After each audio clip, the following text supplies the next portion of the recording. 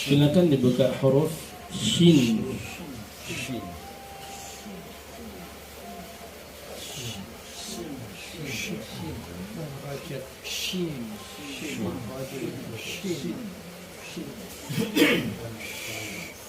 Halaman 50 buku yang baru.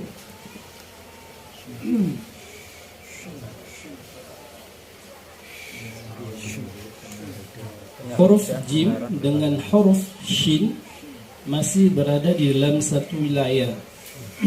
Hanya saja ada perbedaan di antara keduanya. Kita akan lihat perbedaan dari huruf jim dan juga huruf shin. Tempatnya sama, tapi cara keluarnya berbeda. Tempatnya sama, cara keluarnya berbeda. Dia berada dalam satu pabrik, beda produksi. Kalau huruf jim, dia tengah lidah bertemu dengan langit-langit, sedangkan huruf shin dia hanya mengarah saja. Artinya ketika huruf jim itu diucapkan membutuhkan dua partikel, sedangkan huruf shin hanya satu partikel saja. Dia hanya mengangkat tengah lidah ke arah langit-langit saja. Ke arahnya sama, hanya saja yang satu bertemu. Jim, shin dia tidak bertemu. Langit-langitnya masih sama, di langit-langit yang tulang yang bertetangga dengan ujung langit-langit. Huruf shin memiliki 6 sifat, yakni ketika huruf tersebut diucapkan maka mengalir nafasnya, mengalir pula suaranya, pangkal lidahnya dalam keadaan istirahat dan rendah atau terhampar, kemudian infitah, dia terbuka aula tengah lidahnya. Huruf shin termasuk huruf yang jauh dari tempat keluarnya atau masuk ke kategori huruf yang susah diucapkan.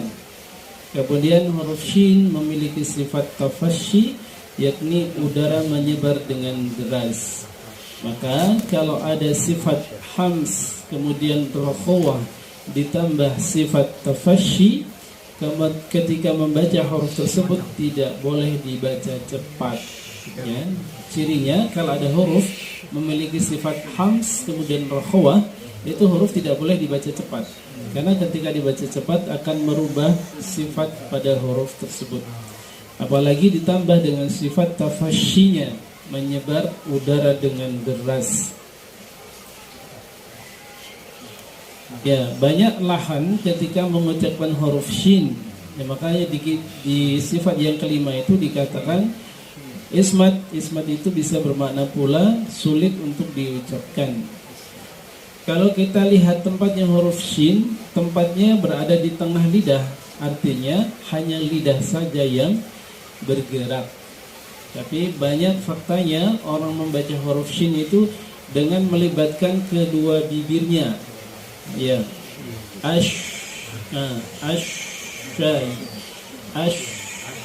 seperti itu tidak boleh. Karena huruf shin itu tempatnya mutlak ada di lidah saja, tidak boleh yang lain ikut campur. Contohnya minash. Apalagi sampai terlalu monyong ke depan, minash syai itu sudah merubah huruf, menjadikan huruf sukun menjadi harokat. Minash tidak boleh melibatkan kedua bibir. Terlebih lagi kalau kita perhatikan karakter huruf tersebut adalah terkik, senyum. Ya, maka kenapa kok kita diajarkan itu dari mulai sukunya? Kalau sukunya sudah berkualitas, insya Allah ketika berharokat dia akan berkualitas. Bagaimana sukunya huruf shin? Seperti ketika kita berusaha ayam. Ya, ketika mengucapkan sukunya shin, ada nggak organ lain yang boleh bergerak? Bibir kita bergerak tidak? Tidak boleh. Maka ketika dia berharokat, tidak boleh sampai menggerakkan kedua bibir sampai berlebihan. Kalau sekedar bergerak sedikit, ada beberapa ulama yang membolehkan. Contohnya ash menjadi ash. Nah, sedikit saja ada ulama yang memperbolehkan. Tapi lebih baik kita yang mengambil pendapat yang hati-hati. Tidak boleh menggerakkan organ lain selain lidah saja. Bisa dipahami sampai sini? Saya contohkan huruf shin sukunya terlebih dahulu.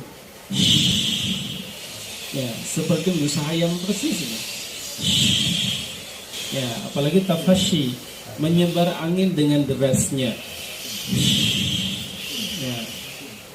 Karena ada sifat hams, rokhawah dan tafashi, maka ketika sudah masuk ke dalam kalimat tidak boleh dia dibaca cepat. Contoh, a'udzu billahi terburu-buru. Sifat 1, 2 dan 6-nya tidak sempurna. A'udzu billahi minasyaitonir rajim. Minasyaiton. Sudah itu.